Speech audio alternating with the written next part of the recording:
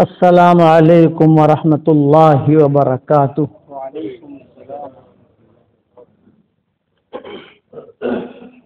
الحمد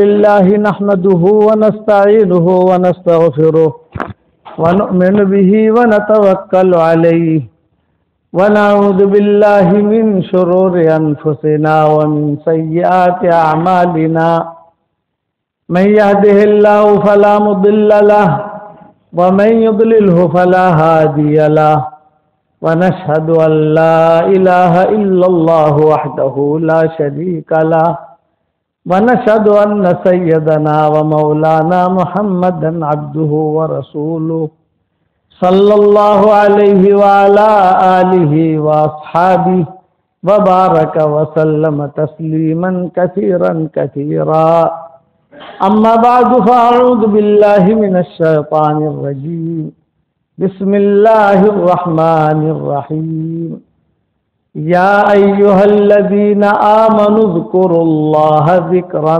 كثيرا وسبحوه بكرة وأصيلا، صدق الله العظيم۔ قابل احترام بھائیو، دوستو اور بزرگوں، رسول اللہ صلی اللہ علیہ وسلم ہم سب کے امام ہیں۔ دعوت کے لائن میں بھی امام ہے اور دعا کے لائن میں بھی امام ہے۔ جتنی دعائیں حضور صلی اللہ علیہ وسلم نے اس امت کو سکھائی ہے، پچھلے نبیوں نے اپنی امتوں کو اتنی دعائیں نہیں سکھائی۔ فرض نماز کے بعد یہ پڑھ لو، صبح یہ پڑھ لو، شام کو یہ پڑھ لو، گھر میں داخل ہوتے وقت یہ پڑھ لو، بیوی کے پاس جاتے وقت یہ پڑھ لو، بازار میں یہ پڑھ لو۔ پچھلی امتوں میں یہ دعائیں نہیں ملی۔ فجر کی نماز کے بعد حضور صلی اللہ علیہ وسلم کا معمول تھا، جب سلام پھیرتے تھے تو سلام پھیرتے ہی زور سے ایک دعا پڑھتے تھے، اللہم انی اسألک علما نافعا ورزقا طیبا وعملا متقبلا۔ ام سلمہ کہتی تھی کہ ہم گھروں میں ہوتی تھی اور ہم سنتی تھی روزانہ جب سلام پھیرا تو اللہم، فجر کی نماز کے بعد، میری کتاب مومن کے ہتھیار میں نے یہ دعا لکھی ہے، فجر کی نماز کے بعد زور سے کہتے تھے، اللہم انی اسألک علما نافعا، کہ اللہ میں علم نافع چاہتا ہوں تجھ سے، اور حلال روزی چاہتا ہوں۔ دن شروع ہوتا ہے اور میرے عمل کو تو قبول کر۔ اور انس بن مالک یہ کہا کرتے تھے کہ میں حضور کے ساتھ زندگی بھر رہا ہوں۔ جب حضور صلی اللہ علیہ وسلم مدینہ منورہ تشریف لائے تو انس بن مالک کی والدہ، ان کی عمر 8 سال کی تھی، انس بن مالک کی، جب حضور مدینہ آئے تو ام سلیم تھی ان کی والدہ، غریب تھی، بیوہ ہو چکی تھی۔ تو یہ ام سلیم حضور صلی اللہ علیہ وسلم کے پاس انس بن مالک کا ہاتھ پکڑ کے لائی۔ حضرت آپ مدینہ منورہ میں آئے ہیں، لوگ آپ کو ہدیے دے رہے ہیں سب، میرے پاس تو کوئی چیز ہے ہی نہیں جو میں آپ کو ہدیہ دوں، یہ میرا بیٹا ہدیہ۔ یہ ام سلیم نے کہا کہ میرا بیٹا ہے، یہ آپ کی خدمت میں ہدیہ، یہ آپ کی زندگی بھر آپ کی خدمت کرے گا۔ تو 8 سال کا لڑکا جو ہے وہ تو تھوڑا سمجھدار ہو جاتا ہے۔ تو انس بن مالک کہتے تھے پوری زندگی میں نے حضور صلی اللہ علیہ وسلم کی خدمت کی، لیکن ایک دعا کبھی بھی حضور نے زندگی پر چھوڑی نہیں ہے، ساتھ رہتے تھے۔ تو کہتے تھے ایک دعا حضور صلی اللہ علیہ وسلم نے زندگی پر چھوڑی نہیں ہے، ہر وقت پڑھتے تھے۔ تو صحابہ نے پوچھا کون سی دعا؟ تو فرمایا، اللہم انی اسألک العفو والعافیہ فی الدنیا والآخرہ، اللہم انی اسألک العفو والعافیہ فی دینی و دنیای و اہلی و مالی و ولدی۔ یہ بھی میں نے مومن کے ہتھیار میں لکھی ہے۔ اور یہ بھی لکھا ہے کہ انس بن مالک کہتے تھے کہ میں نے زندگی بھر حضور کی دعا چھٹتے ہوئے دیکھی نہیں ہے، نماز کے درمیان. اسی لیے آپ فرماتے تھے کہ فجر سنت اور فرض کے درمیان یہ دعا مانگا کرو. حضرت عباس آئے حضور صلی اللہ علیہ وسلم کے پاس اور آگ رکھا، بھائی بھتیجا کوئی چیز دعا سکھا دو مجھ کو. عباس نے کرتا، آپ نے فرمایا اللہ سے عافیت مانگو. حضرت عباس نے کہا 2-4 مہینے کے بعد پھر آیا، بھتیجا کوئی چیز سکھا دو مجھے، عافیت مانگو. پھر آیا، عافیت مانگو، اس کے علاوہ مجھے کچھ کہا ہی نہیں. تو دعا کی لائن کے امام ہیں. فرض نماز کے بعد حضور 150 دعائیں مانگتے تھے. کتنی بھائی؟ 150. کبھی یہ کبھی یہ کبھی یہ کبھی یہ. ایک مرتبہ میں نے شروع کی تھی، یہ کام شروع کیا تھا کہ مسلمان جو ہے کم سے کم زندگی میں ایک مرتبہ تو یار 150 دعائیں پڑھ لے. روزانہ پڑھنے کا تو ٹائم ہے نہیں، یعنی ایک ساتھ نہیں پڑھتے تھے، ایک ساتھ نہیں. جیسے آج کون سا جو منگل ہے نا، منگل کے دن الگ دعائیں پڑھ لی، بدھ کے دن الگ دعائیں پڑھ لی، جمعرات کے دن الگ. میں دیکھتا تھا، میں نے کہا یار کتنی دعائیں حضور پڑھتے تھے. تو میں نے سوچا ایک مرتبہ کہ جیسے مومن کے ہتھیار میں دعائیں جمع کی ہیں، تو ویسے یہ نمازوں کے بعد حضور صلی اللہ علیہ وسلم کیا کیا مانگتے تھے. یہ تو وہ دعائیں ہیں جو صحابہ نے سنی ہیں. جب صحابہ نے سنی تو صحابہ نے پھر بتائی لوگوں کو. کئی دعائیں ایسی ہیں جو صحابہ نے نہیں سنی ہیں، گھروں میں مانگی ہیں حضور صلی اللہ علیہ وسلم نے. پھر ہمارے قرآن کے ترجمے کا کام شروع ہوا، دوسری کتابوں کا کام شروع ہوا، تو وہ کام رہ گیا. اب ہمت بھی نہیں ہم میں کہ وہ کام کریں. 150 دعائیں مانگتے تھے. میں نے گنی کہ 1 2 3 4 5 6 دعاؤں کے امام ہیں. اس لیے دعاؤں کا آدمی اہتمام کرے. اور ایک دعا تو حضور نے ایسی سکھائی ہمیں کہ فجر کی نماز کے بعد آدمی صرف 1 مرتبہ پڑھے. کتنے مرتبہ بھائی؟ 1 مرتبہ. تو رسول اللہ صلی اللہ علیہ وسلم فرماتے ہیں کہ روزانہ فجر کی نماز کے بعد اگر تم 1 مرتبہ وہ دعا پڑھ لو گے تو انا ضامن ان آخذ یدہ وادخلہ الجنہ، میں ضامن ہوں، آپ فرماتے ہیں گارنٹی لیتا ہوں کہ حشر کے میدان میں اس کا ہاتھ پکڑ کے جنت میں داخل کراؤں گا. آپ کو ہو تو آپ کو سکھا دوں بھائی. ہماری فیس ملے گی 3 چلہ ملے گا نا انشاءاللہ. دعوت کے کام کو اپنا کام بناؤ. جو دعوت کے کام کو اپنا کام بناؤ کو تو دعائیں سیکھنے ملیں گی. پہلے جو جماعتیں نکلتی تھی تو اس میں دعائیں باقاعدہ سکھائی جاتی تھی. اب وہ دور رہا نہیں. پہلے ہم جب چلتے تھے بھائی یوسف بھائی پالم پورے کے ساتھ، قائی صاحب کے ساتھ، تو یہ دعائیں جو ہے یعنی مشق کراتے تھے، تعلیم کے حلقوں میں مشق کراتے تھے. تو زمانہ بدل گیا، لوگ بدل گئے، حالات بدل گئے، ترتیب بدل گئی. لیکن پہلے یہ تھا یعنی ہم جب چلا لگا کے آتے، یہ جتنی دعائیں میں ابھی لکھ رہا ہوں، بیان کر رہا ہوں، کتابیں لکھ رہا ہوں، یہ میرے ابا سے سیکھی ہے. وہ بیٹھ کے پڑھاتے تھے، یہ دعا پڑھو، یہ دعا یاد کرو، یہ دعا یاد کرو، یہ دعا یاد کرو. اچھا وہ تو خیر صرف دعا بتاتے تھے، حوالہ والا دیتے نہیں تھے. اور ان کو سکھایا مولانا یوسف صاحب رحمۃ اللہ علیہ نے، یہ دعا پڑھو، یہ دعا پڑھو، یہ دعا پڑھو. حضور مانگتے تھے. تو مولانا یوسف صاحب رحمۃ اللہ علیہ نے ہے تو صحابہ کی 3ری جلد میں باقاعدہ دعا کا باب باندھا، انہوں نے دعائیں لکھی. یہ پڑھ تو حضور صلی اللہ علیہ وسلم نے ایک دعا ایسی سکھائی ہے کہ جو روزانہ فجر کی نماز کے بعد، اس کا ٹائم فجر کی نماز کے بعد کا ہے. اور ایک بات کی وضاحت کر لوں، فجر کی نماز کے بعد کی میں نے مومن کے ہتھیار ملے. آپ لوگوں کے پاس مومن کے ہتھیار ہے کہ نہیں ہے؟ ہوگی. یہاں انکلیشورا پہنچے نہیں پہنچی، کہیں کے سے تو پہنچ گئی ہوگی. سدا بہار ہے یہ ساری دنیا میں الحمدللہ پہنچی. تو میں نے لکھا ہے کہ بھی اس کا بہترین وقت تو یہ ہے صبح صادق سے لے کر طول شمس تک کا اس کا بہترین وقت ہے. لیکن اگر آدمی نہیں پڑھ سکا، دیر سے اٹھا، فجر کی نماز کے بعد فوراً جانا ہے کسی جگہ، اس کو مشغول ہے، تو ظہر تک پڑھ سکتے ہیں اس کو. صبح کی دعائیں ظہر تک، اور شام کی دعائیں بہترین وقت ہے مغرب بعد سے آدمی شروع کر لے، لیکن عصر سے لے کر صبح صادق تک پڑھ سکتے ہیں. اتنا لمبا وقت میں نے لکھا ہے اس کے اندر تحقیق کر کے. تو حضور صلی اللہ علیہ وسلم فرماتے تھے کہ فجر کی نماز کے بعد، یعنی فجر کی نماز کے بعد فوراً نہ پڑھ سکو، تھوڑی دیر کے بعد پڑھ لو، گھر جاتے جاتے پڑھ لو. کیا کہ اس پہ پڑھے گا انا ضامن، یہ حدیث کے جملے ہیں، انا ضامن ان آخذ یدہ وادخلہ الجنہ، میں گارنٹی لیتا ہوں اس کا ہاتھ پکڑوں گا، حشر کے میدان میں جنت میں داخل کرا دوں گا. پڑھو میرے ساتھ، رضیت باللہ ربا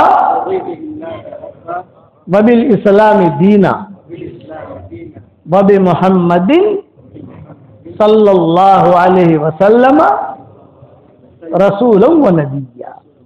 ایک مرتبہ، 3 مرتبہ کی حدیث میں نے لکھی ہے مومن کے ہتھیار میں، اور 1 مرتبہ کی حدیث الگ لکھی، یہ فضیلت الگ لکھی. حالانکہ 3 مرتبہ اگر آدمی پڑھ لے تو یہ 3 in 1 ہے، اس کو 1 مرتبہ ہی آ گیا اس میں، لیکن میں نے وہ الگ لکھی، یہ الگ لکھی ہے تاکہ اس کا ہائی لائٹ کروں.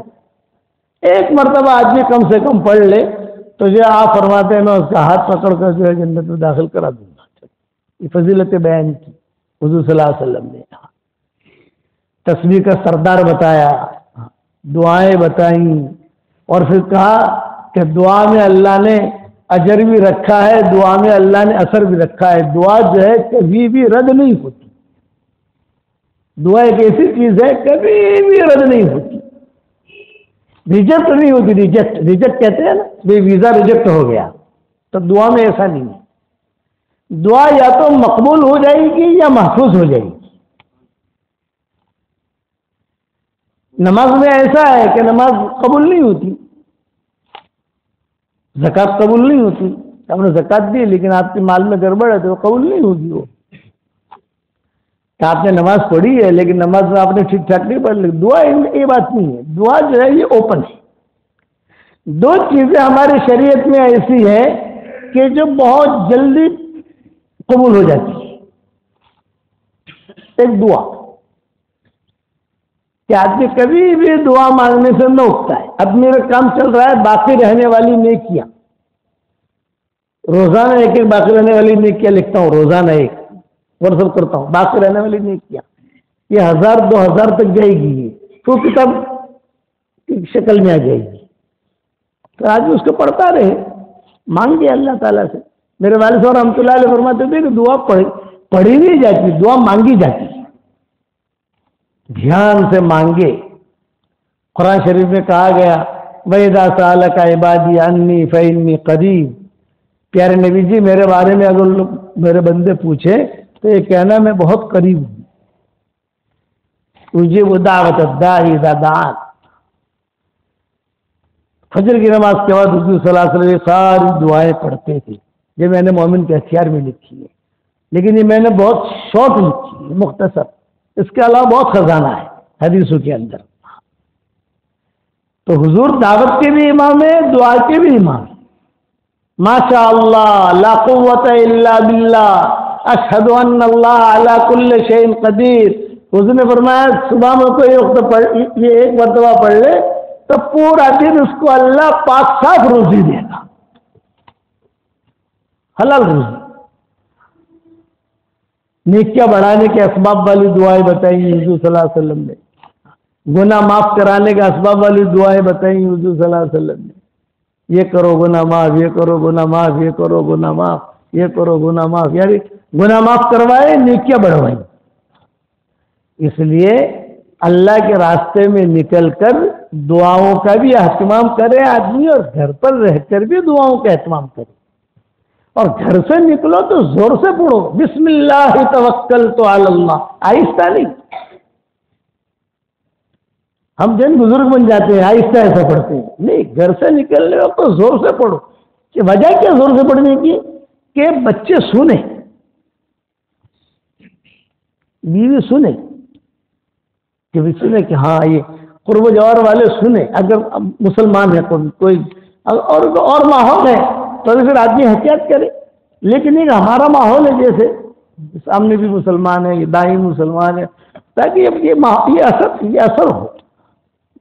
دعاؤں کا بہت اثر ہوتا ہے، کچھ پتہ نہیں کس کی دعا کب لگ جاتی ہے اور کہاں سے کہاں آدمی پہنچ جاتا ہے۔ اس لیے دعا مانگو بھی اور دعا لو بھی، خدمت کرو۔ خدمت ایک ایسی چیز ہے، ہر کام قبول کرانا ہو یہ پوائنٹ پہ بتائے گا نہیں آپ کو، اسے دھیان سے سننا۔ نماز قبول کرانی ہے 100% گواہی دلائیے آپ، اخلاص، تاکہ صافی 100% اوکے ہوگی تو نماز قبول ہوگی، ورنہ قبول نہیں کریں گے۔ زکات قبول کرانی ہے تو 100% گواہی دلائیے، حج قبول کرانا ہے تو 100% گواہی دلائیے آپ۔ خدمت ایک ایسی چیز ہے کہ اس میں 100% اخلاص کی ضرورت نہیں ہے۔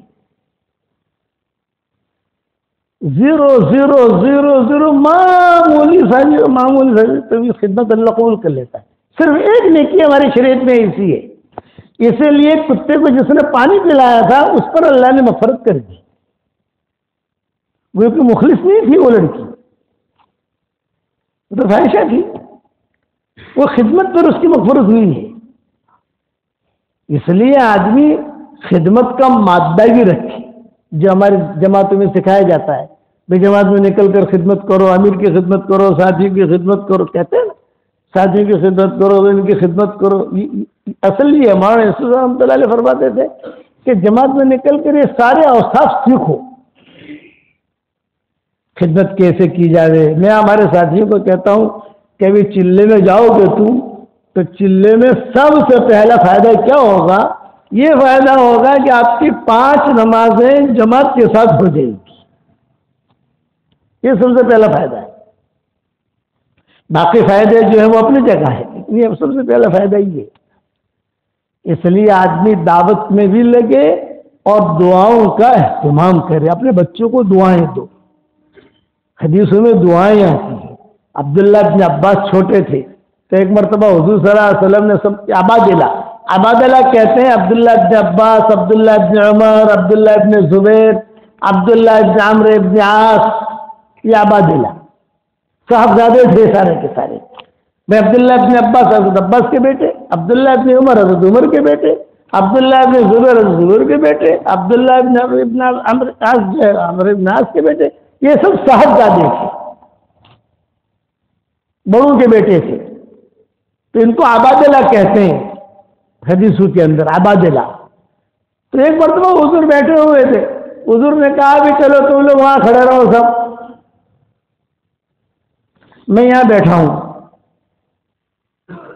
دوڑ لگاؤ، سب سے پہلے مجھ سے کون چھوتا ہے، کون ہاتھ لگاتا ہے مجھ کو۔ تو سب بھاگے لڑکے وہاں سے، تو عبداللہ بن عباس ذرا پھرے رہے تھے، وہ ایک دم سے حضور سے چمڑ گئے، تو حضور نے اپنے سینے سے لگایا اور لگا کر کہا اللہم فقہہ فی الدین، اللہم علمہ التاویل، اے اللہ اسے تفسیر کا علم دے، دین میں سمجھ دے۔ یہ دعا حضور کی ان کو لگی۔ تو دیکھو تفسیروں کے اندر عبداللہ بن عباس کی تفسیر سب سے زیادہ مقبول شمار ہوگی، حالانکہ تفسیر کرنے والے امام ضحاک بھی تفسیر کرتے ہیں، دوسرے بھی تفسیر کرتے ہیں، لیکن ان کی تفسیر جہاں آئے گی سب مفسرین خاموش ہو جائیں گے۔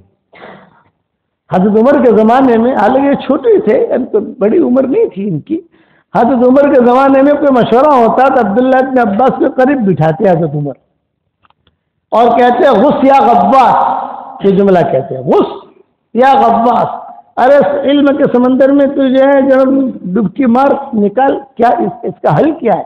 تو عبداللہ بن عباس جواب دیتے کہ اس کا حل یہ ہے، اس کا حل یہ ہے۔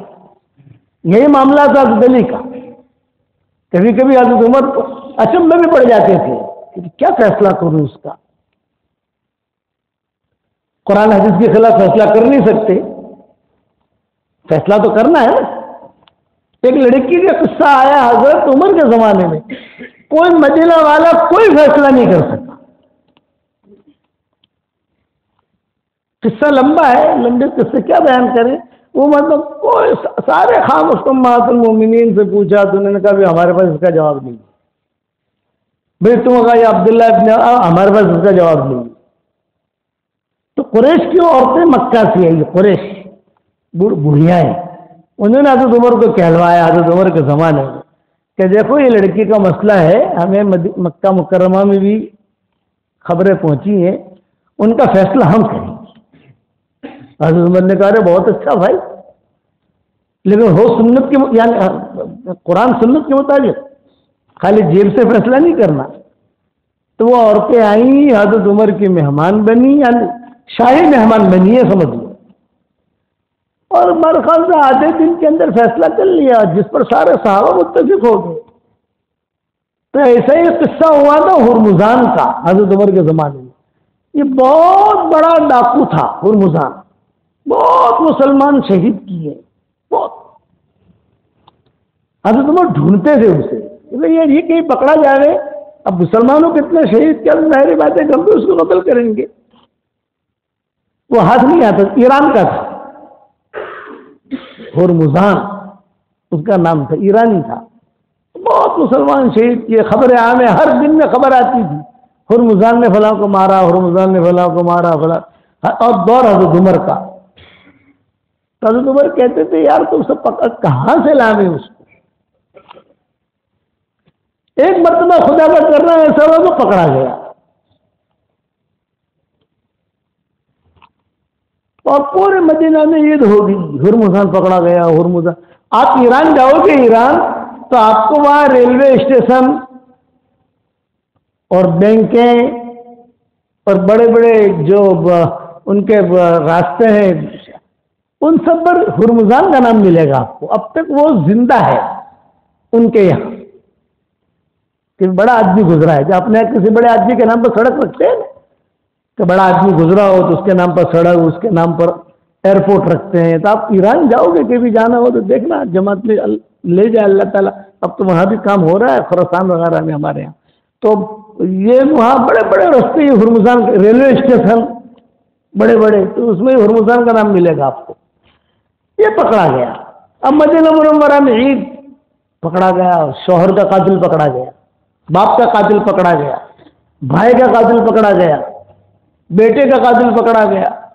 تو اب عمر نے فیصلہ ہی کر دیا, کسی سے مشورہ نہیں کیا, کل اتنے بجے اس کو پھانسی دی جائے گی, یعنی قصاص لیا جائے گا, جمع ہو جانا. تو اس وقت میں سارا مدینہ جمع ہو جاتا تھا, سارا مدینہ. اب مدینہ جمع ہو گیا تو حضرت عمر نے وہ بھی آ گیا, سب آ گئے جتنے بھی. اچھا عورتیں بھی آ گئی, اس لیے کہ عورتوں کے رشتے دار مارے گئے تھے. بھائی ہم بھی دیکھیں گے ہمارے شوہر کو کس نے قتل کیا تھا. جھرمٹ کا جھرمٹ, جہاں آج کل بقی ہے نا, یہ باب البقی اور بقی, اس کے درمیان قصاص لیا جاتا تھا. اس وقت میں کھڑا کر دیتے تھے اور وہاں قصاص لیتے تھے. جب وہ آیا تو وہ ہرمزان بھی تھا, تو ہرمزان جلاد کو حضرت عمر نے کہا کہ گردن اڑاؤ. تو اس نے کیا کہا, مہلن یا عمر, امیر المومنین تو کہا نہیں, مسلمان تو ہوا نہیں تھا وہ سب. مہلن یا عمر, ابھی نہیں, ایک بات کا جواب دو مجھے. یہ ہرمزان کہہ رہا ہے. حضرت عمر نے کہا کیا جواب دوں بھائی, کیا چاہتے ہو. یہ کہا ابھی مجھے آپ پھانسی دے رہے ہو, مجھے آپ مار رہے ہو, تو ظاہری بات ہے کہ میری آخری تمنا تو پوچھو, میری تمنا کیا ہے. یہ خواہش میری پوچھو, میری خواہش کیا ہے. اچھا بھائی بتا تیری خواہش کیا ہے. یہ کہا مجھے پانی پلاؤ. حضرت عمر نے کہا ٹھیک ہے بھائی پانی لاؤ. تو وہاں یہ گلاسیں ہماری جو ہے نا ایسی گلاسیں نہیں ہوتی. عربوں کی ہم جب جاتے ہیں دعوت میں تو وہاں یہ قسم کی گلاسیں نہیں ہوتی, کاسے ہوتے, کاسے بڑے بڑے, اس میں پانی ہوتا ہے. اور اس میں سب جو ہے ایسا پیتے ہیں, میں نے پیا, پھر انہوں نے پیا, پھر انہوں نے پیا, پھر انہوں نے پیا, پھر جہاں تھوڑا ختم ہونے آیا تو پھر زمزم بھر دیا اسی میں, ایسا پیتے. ہمارے یہاں تو چائے کی بھی چھوٹے چھوٹے گلاس اور پانی پینے کے بھی چھوٹے چھوٹے گلاس, آدمی سیر ہو کر پیوے ہی نہیں. تو وہاں کاسا منگوایا, قاسم من معی, قرآن شریف میں قاسم من معی, کاسا منگوایا, اس میں پانی, اور حضرت عمر نے خود نے دیا. یہ کہا لے پی لے بھائی. اب وہ جو ہے پانی کی طرف دیکھ رہا ہے اور حضرت عمر کی طرف دیکھ رہا ہے, کانپ رہا ہے. موت سامنے ہے, موت کی آہٹ. پانی کی طرف دیکھ رہا ہے اور حضرت عمر کی طرف دیکھ رہا ہے. تو حضرت عمر نے کہا بھائی پانی پی لے, یہ پانی پی لے, گھبرا مت, یہ پانی پی لے. یہ پانی کا جملہ کہا اشرب هذا الماء, جب تک یہ پانی نہیں پیے گا ہم تجھے ماریں گے نہیں. تو اس نے وہ جو پیالہ تھا حضرت عمر کے سامنے پھینک دیا.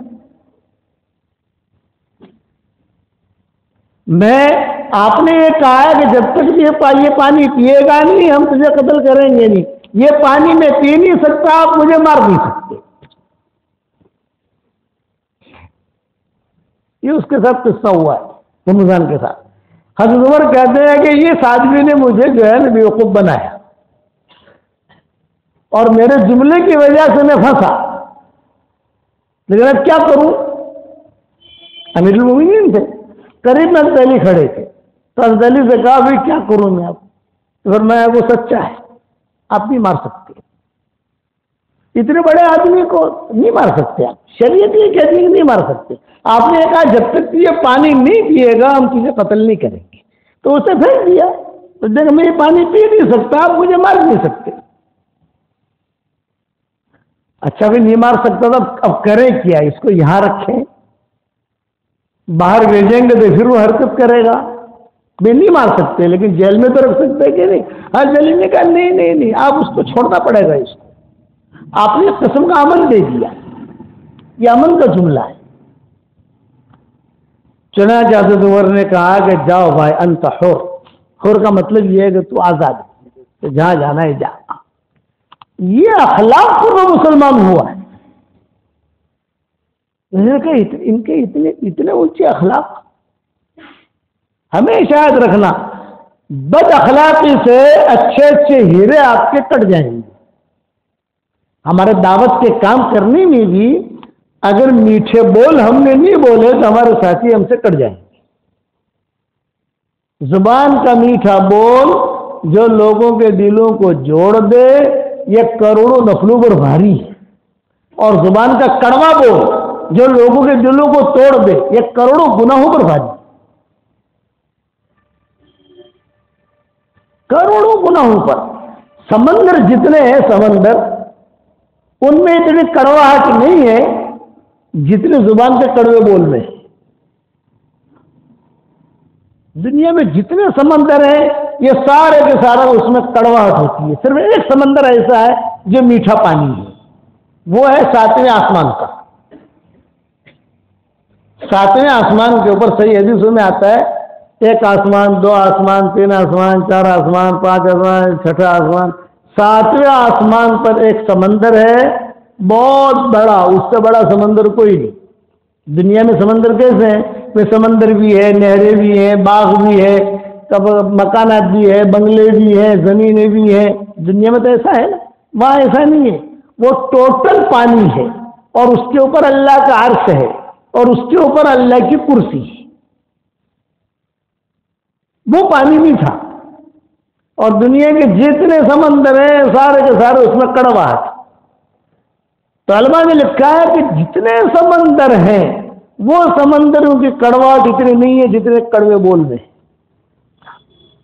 اس لیے مختصر وقت میں یہی بات سمجھاتا ہوں کہ بھی ہم دعوت کے کام میں بھی لگیں, صفات کے ساتھ لگیں, محبتوں کے ساتھ لگیں, اور ہر آدمی یہ سوچے کہ مجھے حشر کا میدان میں اللہ کو منہ دکھانا ہے. مجھے حشر, آدمی یہ نہیں سمجھے گا اللہ چھٹی پر جوش ہے. اصلی تو اللہ تو چھٹی پر گیا ہے, اللہ چھٹی پر نہیں گیا. نحن اقرب الیہ من حبل الورید. زبان سے جو جملہ نکلے گا وہاں لکھا جائے گا. خیالات بھی لکھے جاتے ہیں. سوچ, آپ کیا سوچ رہے ہو, آپ کے دل میں کیا وسوسہ آ رہا ہے, یہ سب جو ہے محفوظ ہو رہا ہے. اس پر پکڑ ہے نہیں ہے وہ بات کی چیز ہے, کہ پکڑ ہے کہ نہیں بات کی چیز ہے. اس لیے بول تو جو ہے پکڑا جاتا ہے. اس لیے دعاؤں کا آدمی اہتمام کرے. نہ آتی ہو. ہمارا ایک میواتی تھا نظام الدین میں مرکز میں، جب سب تھے ہم وہاں پر، تو دیہاتی لوگ آتے ہیں، دیہاتی لوگ. تو ایک میواتی وہ یعنی ہمارے والد صاحب رحمۃ اللہ علیہ نے ان کی تشکیل کر کے اس زمانے میں حرمین شریفین میں بھی جماعتیں جاتی تھی، ویزے ملتے تھے، سہولتیں تھی، تو ہم جماعت تشکیل کر کے وہاں بھی وقت لگواتے تھے ان کا. بھئی آپ ایک کام کرو، 15 دن مکہ میں لگا لو، 15 دن مدینہ میں لگا لو، 15 دن طائف میں لگا لو، 15 دن ریاض میں لگا لو، 15 دن دمام میں لگا لو. ویسے ان کے 3 چلے پورے کرواتے تھے 15 دن. تو میواتی جو جماعت میں نکلا ہوا، اور وہ بیچارہ مکہ مکرمہ پہنچا. جب مکہ مکرمہ پہنچا تو وہ دعا ملتزم پر کسی نے کہا کہ یہاں دعا قبول ہوتی ہے، تو وہاں ملتزم پر جا کر چمٹ گیا اور اللہ سے کہہ رہا ہے کہ اے اللہ مارے منہ پہ تو کائے نہ آئے، مارے منہ پہ تو کائے نہ آئے، مجھے دعا مانگنا آتا نہیں ہے، تو مجھے نوج بخش دے، مارے منہ پہ کائے نہ آئے، تو مجھے نوج بخش دے. سیدھے سادے لوگ. اس لیے آدمی، ہمارے والد صاحب رحمۃ اللہ، اچھا ایک نصیحت کرتا ہوں آپ لوگوں کو، فجر کی نماز کے لیے آؤ نا. میں نے دیکھا یہاں فجر کی نماز میں بیٹھا تو ظاہر بات ہے کہ آدمی فجر کی نماز کے لیے پیدل آتا ہے، کوئی کار میں آتا ہے، کوئی موٹر سائیکل پر آتا ہے. جب آپ فجر کی نماز کے لیے آؤ نا تو آپ دل میں دعا مانگتے آؤ، وہ دعا کبھی بھی رد نہیں ہوگی. دل میں، زبان سے نہیں، دل میں. کہ زبان کی دعا تو جو ہے اس میں تو تھوڑا سا خطرہ ہوتا ہے ریاکاری کا بھی، اس کا بھی. دل میں آدمی دعا مانگتا ہے. فقہاء علماء نے لکھا ہے کہ دل والی دعا کبھی بھی رد نہیں ہوتی، اللہ قبول کر لیتا ہے اس کو. ہاں ظاہر کوئی بات نہیں ہوتی، کوئی پہلی ہوتی. ابراہیم علیہ السلام نے دعا مانگی، جب فتح مکہ ہوا تو حضور صلی اللہ علیہ وسلم نے مکہ مکرمہ فتح کر کے جملہ کہا، میں میرے باپ ابراہیم کی دعا کا ظہور ہوں. کتنے 100 سال پہلے دعا مانگی تھی، ظاہر ہوں فتح مکہ میں. آپ نے فرمایا میں میرے باپ ابراہیم کی دعا کا ظہور ہوں. اس لیے صبح شام کی دعاؤں کا آدمی اہتمام کرے، لیکن دعائیں وہ جو قرآن میں، دعائیں جو حدیثوں میں آئی ہے یا فقہا نے لکھی ہے. اپنی طرف سے دعا مت مانگنا، آپ کو مانگنا آئے گا نہیں، آپ ان پڑھ ہیں. مانگنی ہے کوئی چیز، مانگتے ہو کچھ، اس کو قرآن نے منع کیا. وَيَدْعُ الْإِنسَانُ بِالشَّرِّ دُعَاءَهُ بِالْخَيْرِ وَكَانَ الْإِنسَانُ عَجُولًا، کہ انسان جلد باز ہے، کیا مانگنا ہے کیا نہیں مانگنا. ہمیشہ اپنا معاملہ اللہ کو سونپو. روایتوں میں آتا ہے کہ جو آدمی اپنا معاملہ اللہ کو سونپتا ہے تو پھر اللہ اس معاملے کو اپنے ہاتھ میں لے لیتا ہے، پھر اللہ اسے لے کے چلتا ہے. اور ایک دعا کبھی بھی مت چھوڑنا. ہر نبی نے وہ دعا اپنی امتی کو سکھائی ہے. صحابہ کہتے تھے کہ حضور صلی اللہ علیہ وسلم ہمیں یہ دعا سکھاتے تھے، عمر یہ دعا ہمیں سکھاتے تھے منبر پر، ابو بکر ہمیں یہ دعا سکھاتے تھے، عمر سکھاتے تھے. یہ میں نے محمد کے اچھر میں لکھی ہے. موسیٰ علیہ السلام اپنے حواریین کو 7 مرتبہ پڑھواتے تھے، صبح 7 مرتبہ، شام کو 7 مرتبہ. حضور نے کہا 7 نہیں تم 1 مرتبہ پڑھ لو. پڑھو میرے ساتھ، اللہم انت خلقتنی وانت تہدینی وانت تطعمنی وانت تسقینی وانت تمیتنی وانت تحیینی. آپ فرماتے تھے یہ دعا ایسی ہے جو سارے نبیوں نے منگوائی ہے. سب نے اپنی اپنی امتی کو کہ تم یہ پڑھو، تم یہ پڑھنا ہے، یہ پڑھنا. تو حضور نے منگوائی. تو یہ دعا پڑھتے رہو گے تو تمہاری مرادیں اللہ پوری کرے گا. مومن کے ہتھیار ذرا دھیان سے دیکھنا، گجراتی میں بھی چھپ گئی ہے، کئی زبانوں میں چھپ گئی ہے، اس میں یہ دعا میں نے لکھی ہے. اور میں نے جو دونوں صبح شام کی الگ الگ دعائیں کر دی ہیں، صبح اتنا پڑھ لو، شام کو اتنا پڑھ لو. تو حضور صلی اللہ علیہ وسلم صدیق اکبر تو باقاعدہ جو ہے منبر پر سکھاتے تھے. تو عبداللہ ابن سلام وہاں کے یہودیوں کے بڑے امام عالم تھے عبداللہ ابن سلام. تو عبداللہ ابن سلام کہتے تھے میں نے تورات میں پڑھا ہے کہ موسیٰ علیہ السلام جو ہے اپنے حواریین کو سکھاتے تھے، ہارون علیہ السلام اپنے حواریین کو سکھاتے تھے. دعا مومن کا ہتھیار ہے. اور پھر ہمارے دعوت کے کام کو ہمیں کرنا ہے. میری ایک نصیحت، صرف ایک نصیحت، صفات کے ساتھ کرنا ہے. کوانٹٹی اللہ نہیں دیکھتا، اللہ کوالٹی دیکھتا ہے. صفات کیا؟ اخلاق اچھے ہو، تواضع ہو، ایک دوسرے کا اکرام، ایک دوسرے کا احترام، دل میں بھی اکرام ہو، ایک دوسرے کی عزت، ایک دوسرے کو آگے بڑھانا. ایک دوسرے مزاج کے خلاف ہوگا، یہ ہوتا ہے مزاج کے خلاف. ساتھیوں کی اچھائیاں دیکھو. حضرت عمر کا قصہ سنا کر بات ختم کروں. ایک مرتبہ حضرت عبد الرحمن بن عوف اور خالد بن ولید، ان دونوں میں آپس میں مشمش ہوئی. سمجھ گئے آپ؟ اور مشورے میں عبد الرحمن بن عوف، خالد بن ولید، عمار بن یاسر، خالد بن ولید، حضرت عمر، خالد بن ولید. یہ ہمیشہ ٹکراؤ ہوتا تھا. خالد بن ولید سے حضرت عمر کا بھی ٹکراؤ ہوتا تھا، اور خالد بن ولید سے حضرت عمار بن یاسر کا بھی ٹکراؤ ہوتا تھا، اور خالد بن ولید سے حضرت عبد الرحمن بن عوف کا بھی ٹکراؤ ہوتا تھا. قصے ہیں حدیثوں میں. اب میں صرف عبد الرحمن بن عوف کا قصہ بیان کرتا ہوں. عبد الرحمن بن عوف بہت پرانا آدمی ہے، شورا کا آدمی، بہت پرانا. بدر میں شریک ہوا، حضور کے ساتھ سارے غزووں میں رہا، سارے جگہ سفروں میں رہا. مالدار آدمی عبد الرحمن بن عوف. خالد بن ولید اخیر میں آئے ہیں. ہمارے نزدیک تو خالد بن ولید بڑے ہیں، لیکن آنے والوں میں، ان کے ماحول میں سب سے اخیر میں آنے والوں میں خالد بن ولید، ابو ہریرہ، یہ اخیر میں آنے والے لوگوں میں. یہ تو پرانے لوگوں میں ہے عبد الرحمن بن عوف. تو ایک مرتبہ مشورے کے اندر دونوں میں ہو گئی کچھ. عبد الرحمن بن عوف کو جو ہے ایک دم سے جذبہ آ گیا، تھوڑے ناراض ہو گئے. ناراض ہو کر سیدھے بھاگے حضور صلی اللہ علیہ وسلم کے پاس آئے. حضور زندہ تھے.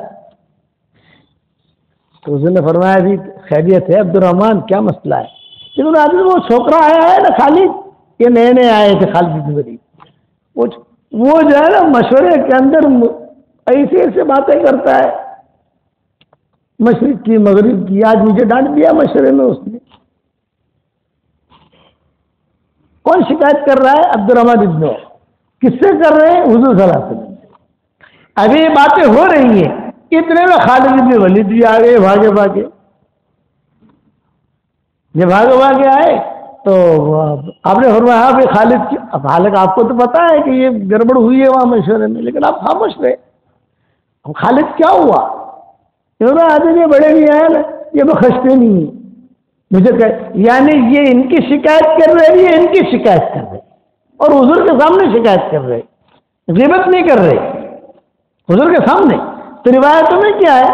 حضور صلی اللہ علیہ وسلم نے جواب کیا دیا. اس سے یہ اصول نہیں ملتا کہ ہم بھی لڑیں کہ چلو یہ بے لڑاتے نا، آپ نے بھی لڑائی کے لیے. یہ اصول نہیں ہے. اصول یہ کہ حضور نے جواب کیا دیا. حضور کا جواب سنو. آپ نے فرمایا یا خالد انت تحترم عبد الرحمن بن عوف لأنه بدری. خالد عبد الرحمن بن عوف کا احترام کر، اس لیے کہ وہ بدری ہے. تو بدری نہیں ہے. خالد بن ولید بدر میں نہیں تھے، اس وقت تو مسلمان بھی نہیں ہوئے تھے، وہ تو مسلمانوں کے خلاف آئے تھے. وہ تو لأنه بدری. تو خالد بن ولید نے کہا الا متى احترمه یا رسول اللہ، کب تک احترام کروں ان کا؟ یہ مجھے یوں کہتے ہیں، یوں کہتے ہیں، یوں کہتے ہیں. فالتفت الرسول الى عبد الرحمن بن عوف. حضور صلی اللہ علیہ وسلم عبد الرحمن بن عوف کی طرف متوجہ ہوئے اور کہا عبد الرحمن تم خالد کا احترام کرو، اس لیے کہ یہ اللہ کی تلواروں میں سے تلوار ہے. تعریف یہاں کی دونوں کو جوڑ لیا. تو ہمارا کام جوڑنے کا ہوتا ہے، توڑنے کا نہیں ہوتا. محبتوں کا. ساتھی ہمارے جماعت میں نکلو گے. ابھی میرا بیٹا ابھی ملیشیا میں وقت لگا رہا ہے. ابھی اس وقت میں ابھی ساؤتھ افریقہ کے سفر میں گیا ہوا تھا، آیا تو میرا بیٹا ہے، بھتیجا ہے، یہ سب 4 مہینے کے لیے ملیشیا تھائی لینڈ کام کر رہے ہیں. تو ہمارا اب وہ لوگ ٹھہر گئے کہ ابا سے مل کے پھر ہم جانے. تو پھر ہم آئے، ساری جماعت کو میں نے بٹھا کر میں نے کہا کہ بھئی آپ کی جماعت جاری ہے ماشاءاللہ، اب آپ کے سامنے تو کیا روانگی کی بات کریں، ہمارے بمبئی کے ساتھیوں نے کر لی ہے باتیں، نہیں ابا آپ بھی کچھ بات کر لو ہماری جماعت میں۔ تو میں نے ان کو صرف میرا قصہ سنا ہے۔ میں نے کہا ہمارا 1.5 سال لگ رہا تھا 1977، 1.5 سال مکہ مکرمہ سے موروکو سے لندن، سب کا لمبا سفر تھا ہمارا 1.5 سال میں ہم جو ہے پورا۔ تو حضرت جی رحمۃ اللہ علیہ نے کہا کہ مولوی یونس کی جماعت جا رہی ہے 1.5 سال کے لیے، تو ان میں روانگی کی بات ہونی چاہیے، کون کرے بات؟ تو حضرت جی نے فرمایا مولانا شیخ کا سب کریں گے اور ہم سب بیٹھیں گے۔ دور جا رہی ہے جماعت، 1.5 سال کے لیے جا رہی ہے، یعنی حضرت جی بھی بیٹھیں گے، میرے والد صاحب، ارے میرے والد صاحب کو تو پہچانتے ہو نا آپ لوگ، وہ بھی بیٹھیں گے، مولانا عمر صاحب بھی بیٹھیں گے، اور وہ بھائی عبدالحق پاکستان کے وہ بھی بیٹھیں گے، سب بیٹھیں گے اور جماعت بیٹھے گی اور بات کریں گے مولانا سید خان صاحب رحمۃ اللہ علیہ۔ کیا کتنے بجے بیٹھیں گے؟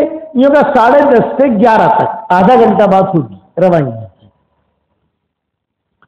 اب آدھا گھنٹہ ہوا تو ہم 10:30 بجے سب پہنچ گئے، حضرت جی رحمۃ اللہ علیہ پہنچ گئے، مولانا سید خان صاحب پہنچ گئے، میرے والد بھی آ گئے، سب آ گئے۔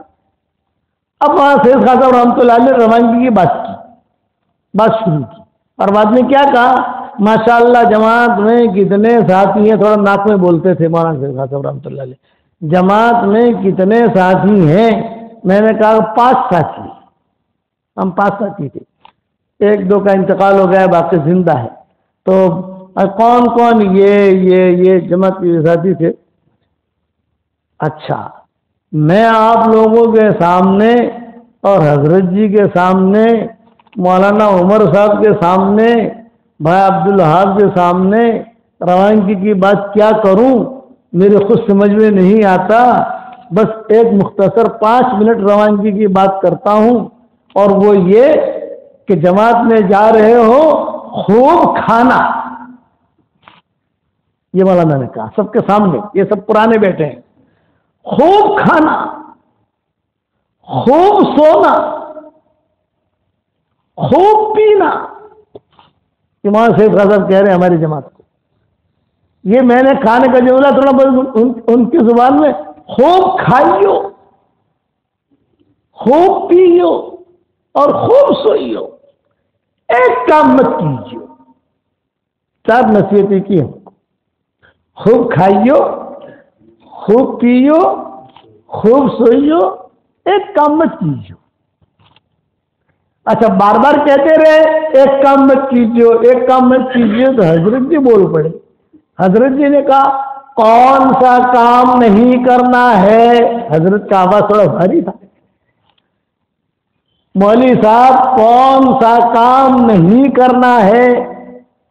تمہارا سید خان صاحب رحمۃ اللہ علیہ نے فرمایا خوب کھائیو، خوب پیو، خوب سوئیو، لیکن آپس میں لڑیو مت،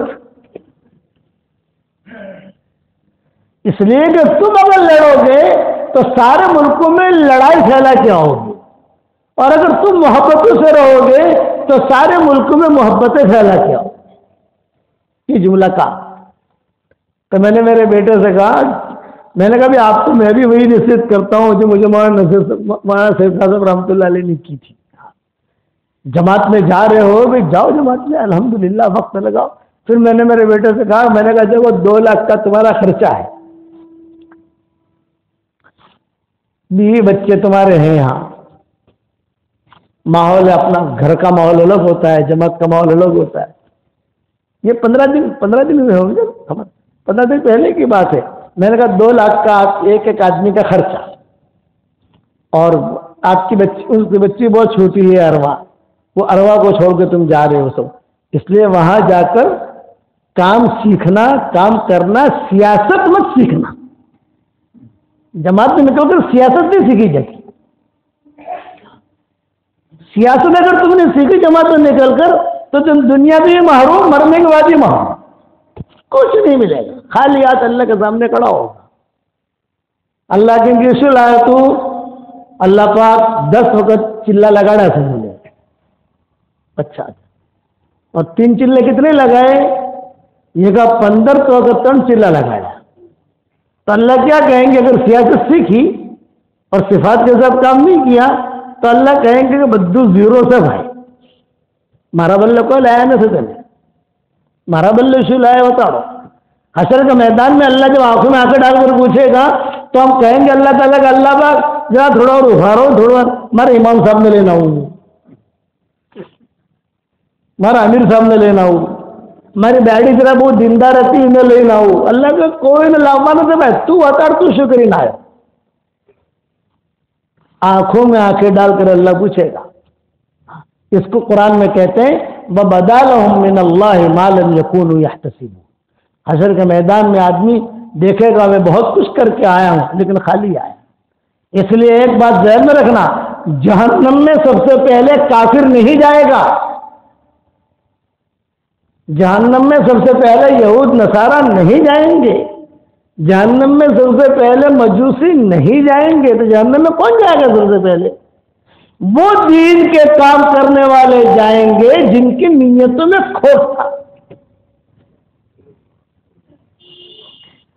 جہنم میں جائیں گے نہیں خالی, ان کی وجہ سے اللہ جہنم کو بھڑکائے گا. جہنم کو بھڑکائے گا, ایندھن بنائے گا دین کے کام کرنے والوں کو جن کی نیتوں میں کھوٹ تھا. اس لیے نیت آدمی پاک صاف رکھے, کیونکہ اللہ کی چالاکی تو چلتی نہیں ہے. ہمارے والے ابراہیم صاحب کہتے ہیں نا ہمارے کام چالاکی کا نہیں ہے بھائی, ہمارے کام صفات کا ہے. تواضع, اخلاق, اچھائیاں, چالاکی نہیں. عشاء کی 17 رکعتیں ہیں. جو بالکل دیندار ہوگا جس کے مزاج میں دین ہوگا وہ 17 رکعتیں پڑھے گا, اور جس کے مزاج میں دین نہیں ہوگا وہ عشاء کی نماز پڑھے گا 2 رکعت موقع پڑے گا بھیتر پڑے گا بھر جائے گا نکل جائے گا. دینی مزاج بناؤ. یہ ہم دعوت کے کام میں جو نکالتے ہیں آپ سے چلے لیتے ہیں, اجتماع کرتے ہیں, آپ 3 چلہ نکلتے ہو اللہ کے راستے میں. جماعتیں نکلتی ہے ماشاءاللہ, ملتی ہے ہمیں ملکوں کے اندر ملتی ہے, وہاں ملتی ہے, جب ہماری مسجدوں میں آتی ہے, کہیں پر بھی جاتے ہیں فیض الہی میں آتی ہے جماعتیں ہماری.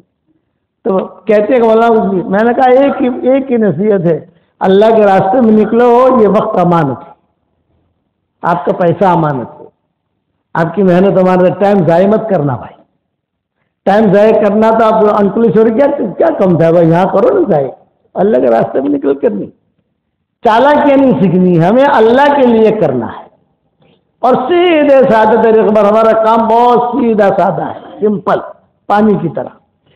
صفات میں سب سے بڑی صفت آخر میں ایک نصیحت, وہ یہ زبان کا بول میٹھا رکھو. زبان کا بول میٹھا رکھو. حالات آئیں گے برداشت کر لو, جھیل لو. حالات آئیں گے. اذا وجہت الی عبد من عبیدی مصیبتا فی بدنہ او فی جسدہ او فی مالہ او فی آلہ فاستقبلها بصبر جمیل استحییت یوم القیامت ان انصب له میزانا او انصر له دیوانا. یہ حدیث شریف ہے. میں میرے بندے میں سے بندے کی طرف کوئی نامناسب حالات بھیجتا ہوں, وہ ہنستے وہ قبول کر لیتا ہے, تو حشر کے میدان میں مجھے شرم آئے گی کہ میں اس کے لیے کوئی دفتر قائم کروں, مگر حساب کتاب کو جنت میں داخل کر لوں گا. جھیلے آئے, اکھڑے نہیں. جتنا کوئی معاملہ آوے نا, جو حالات چل رہے, کوئی حالات آوے تو آدمی نگلے, اگلے نہیں. اگلنے والا معروف رہے گا اور نگلنے والا کامیاب ہو جائے گا. کرو گے انشاءاللہ بھائی. اب ہمارے یہاں اجتماع بھی ہو رہے ہیں, آپ کیا بھی اجتماع ہو رہا ہے, کون سی تاریخ میں ہو رہا ہے بھائی؟ جنوری. ہاں, تو اب جو ہے وہاں سے جماعتیں نکلے گی. انکلیش والوں یہاں والوں نے بھی نام لکھائے ہوں گے, تو آپ لوگ میں کس نے کتنے نام لکھائے؟ آپ نے لکھایا. اور کون ہے یہ جماعت؟ ہاں, اب میں نام تو لکھوں گا نہیں, میں تو چونکہ ابھی جا رہا ہوں ترکیشور. ہمارا ترکیشور میں 10:30 بجے سے علماء پروگرام ہے ترکیشور میں. آ رہا ہوں ہاسوٹ سے. تو جب انہوں نے کہا کہ جب تم جا رہے ہو تو فجر میں یہاں تھوڑی بات کر لینا. ترکیش جانا ہے, پھر کسی گاؤں میں رات گزارنی ہے, پھر کل بھروچ سے واپس جانا ہے ہمیں انشاءاللہ. تو آپ لوگوں نے جو جماعتیں بنائی ہے, یا میں کہتا ہوں قربانی میں آگے بڑھو. ہمارے یہاں کوئی بھی جماعت ملتی ہے تو میں صرف جو ہے ان کا کہیں پر بھی جاتا ہوں اور جماعت تو ان کی نقل و حرکت سے سمجھ جاتا ہوں کہ گجراتی ہے کہ مہاراشٹر کے ہیں کہ یو پی کے. گجرات کی جماعتیں ماشاء اللہ اللہ نظر بد سے بچائے بہت اچھا کام کرتی ہیں, بہت اچھا کام منجے ہوئے اور بہت سمجھداری کے ساتھ کام کرتے ہیں. لیکن سمجھداری کے ساتھ کام کرتے ہیں تو کبھی اکھڑ بھی سکتے ہیں نا, حالات آدمی اکھڑ جاتا ہے. اس لیے ہم کہتے ہیں کہ اکھڑنا نہیں, نکلو اگلو مت. تو جو آپ لوگوں نے نام لکھائے ہیں وہ ٹھیک ہے, میری خواہش ہے بھائی میں آپ کے پاس آیا تو مجھے ہدیہ ملنا چاہیے نہیں ملنا چاہیے, اور پھر تمہارے استاد کا بیٹا ہوں تو میرے والد صاحب آپ کے استاد رہے کہ نہیں رہے, بہت دھکے کھائے ہیں میرے ابا نے, اور اب تو میں بھی تمہارا استاد ہوں, کہیں نہ کہیں سے سبق پہنچتے ہوں گے, میری کتابیں پڑھتے ہو آپ لوگ, میرے ترجمہ دیکھتے ہو میرا, تب تو اپنے رشتہ زیادہ بڑھ گیا نا. آپ سے حضرات سے درخواست ہے کہ جو نام آپ لوگوں نے لکھوائے ہیں تھوڑے نام بڑھا دو تاکہ ہمیں بھی خوشی ہو جائے, محنت کر لینا. اتنا تو کرو گے کہ نہیں کرو گے بھائی, نیت تو کر لو اتنی. بھائی آپ نے 5 جماعتوں کا ارادہ کیا ہے, میں مثال دے رہا ہوں کہ میں انکلیشور سے 5 جماعتیں دیں گے. یہ میں کہتا ہوں یار ہم آئے یہاں پر تھوڑی 1-2 جماعتیں اور بڑھانے کی نیت کر لو, تھوڑی محنت کرو, اللہ چاہے گا تو ہمیں بھی کچھ ثواب مل جائے گا. کرو گے انشاءاللہ بھائی, اللہ عمل کرنے کی توفیق عطا فرمائے. اللہم لک الحمد کلہ ولک المن کلہ لک الشکر کلہ ولک الملک کلہ لک الخلق کلہ ولک الفضل کلہ وإلیک یرجع الامر کلہ وإلیک یصعد الکلم الطیب کلہ. اے اللہ ہمارے گناہوں کو معاف فرما, ہمارے خطاؤں سے درگزر فرما, ہمارے جو اجتماعات ہو رہے ہیں ان اجتماعات کو تو قبول فرما, ہر شر سے تو حفاظت فرما, شریف ہونے والوں کو قبول فرما, بیان کرنے والوں کو قبول فرما, سننے والوں کو قبول فرما.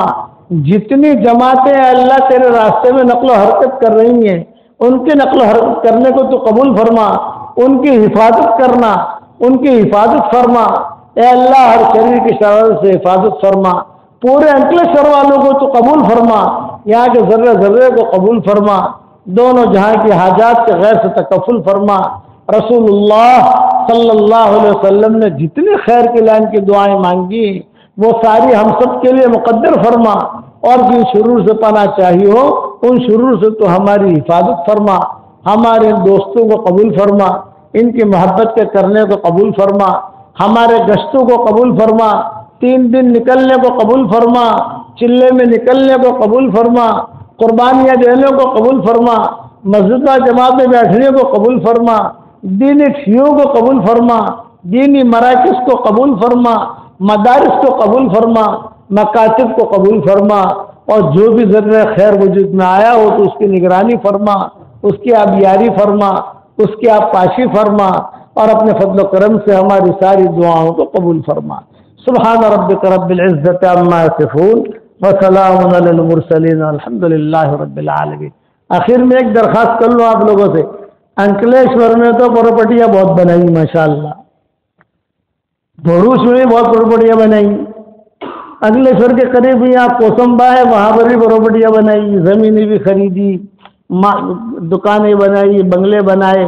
میں کہتا ہوں اللہ اور برکت دے آپ کہو آمین. اب میں آپ کو کہتا ہوں جنت میں بھی پراپرٹی بنا, اور جنت کی پراپرٹی جو ہے یہ 100% ہوتے ہیں, یہ تو سب انا للہ ہونے والا ہے کہ نہیں؟ یہ تو سب انا للہ, ساری دنیا ختم ہونے والی ہے, خالی انکلیشور تھوڑی ختم ہوگا. تو جنت میں پراپرٹی بنانے کا آسان طریقہ بتاؤں آپ لوگوں کو. حدیث شریف میں آتا ہے 10 مرتبہ جو آیت سورہ اخلاص پڑھ لے تو جنت میں ایک محل تیار ہو جاتا ہے, ایک محل, اور محل کے ساتھ 1 اینٹ سونے کی 1 اینٹ چاندی کی, جوڑنے والا گارا مشک تھا, اس کی مٹی زعفران کی, اور 3 مرتبہ قرآن شریف پڑھنے کے برابر ثواب ملتا ہے. اب آپ کے جتنی پراپرٹی بنانی ہے بناؤ, کیونکہ میں تو اب اتنے ہمارا واٹس ایپ پر سبق بھی چلتا ہے, دنیا بھر میں لوگ سنتے ہیں, کئی شاگرد ہو گئے دنیا میں. تو مجھے ایک میری شاگردن ہے وہاں شیکاگو میں, ڈاکٹر نہیں ہے, اس نے کہا کہ حضرت جب سے آپ 2013 سے میں تشکیل کر رہا ہوں لوگوں کے جنت, اب امریکہ میں پراپرٹی بنے گی, یار جنت میں پراپرٹی بناؤ. تو کیا کریں گے؟ تو 10 مرتبہ سورہ اخلاص. اس نے کہا میں نے 10 لاکھ مرتبہ سورہ اخلاص پڑھا ہے, کتنی مرتبہ بھائی؟ 10 لاکھ. میں نے بنگلہ مل سے لے تو میں نے کہا کروڑ مرتبہ قسم کھا کے کہتا ہوں تو تجھے ملے گا. یہ حضور نے کہا ہے اور حضرت عمر سے کہا ہے. حضرت عمر کھڑے تھے. عمر 10 مرتبہ سورہ اخلاص پڑھے گا, جنت میں ایک بہت بڑا بنگلہ اللہ تیرے لیے لکھ دے گا, تیار. حضرت عمر نے کہا 10 مرتبہ سورہ اخلاص پڑھوں اور ایک بنگلہ تیار. آپ نے فرمایا ہاں. حضرت عمر نے کہا حضور تو میں بہت بنگلے بناؤں گا. آپ نے فرمایا بنا, تیری جتنی طاقت ہو بنا.